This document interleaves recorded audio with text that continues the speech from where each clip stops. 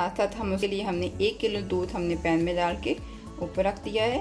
अब इन दोनों को हमने उबलने तक के लिए छोड़ देना है। जब ये उबलेंगी फिर हम आगे करेंगे कुछ। क्या करना है, हमने अच्छे से उसको हमने लगातार साथ साथ हिलाना है, क्योंकि ये आहिस्ता आहिस्ता गाढ़ा हो रहा है और ये नीचे जल सकता है, इसलिए हमें इसको लगातार आहिस्ता आहिस्ता हिलाते जाना है। और इस साइड में जितनी मलाई आ रही है इसको हमने इसके अंदर साथ ही मिक्स करते जाना है। फिर जब आधे से भी थोड़ा हो जाएगा तो फिर हम आपको बताएंगे आगे हमने क्या।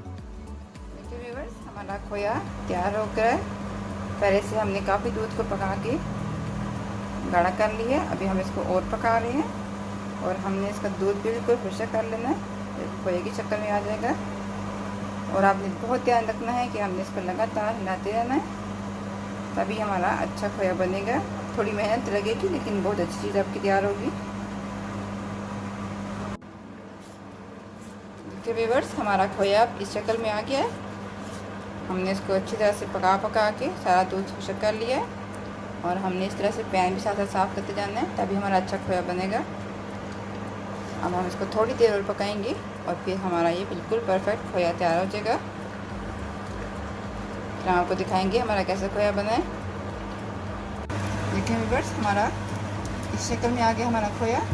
हम इसको लगातार ऐसे हिलाते रहना है, इसमें हमने वक्फा नहीं करना। हमारा फिर से खोया ख़राब हो सकता है।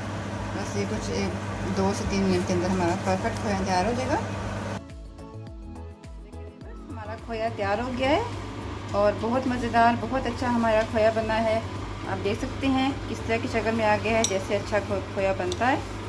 और आप इसको ज़रूर बनाइएगा, आपको बहुत पसंद आएगा। बहुत अच्छा साफ़ सुथरा घर का बना हुआ खोया है और आप इसको ज़रूर बनाइएगा। आप किसी मिठाई में, हर चीज़ में जहाँ भी इस्तेमाल करना चाहें, गजेला बना सकते हैं, उसमें इस्तेमाल करें। मिठाई में, हर चीज़ में आप इसको यूज़ कर सकते हैं। इसको ज़रूर बनाइएगा, आपको बहुत अच्छा लगेगा।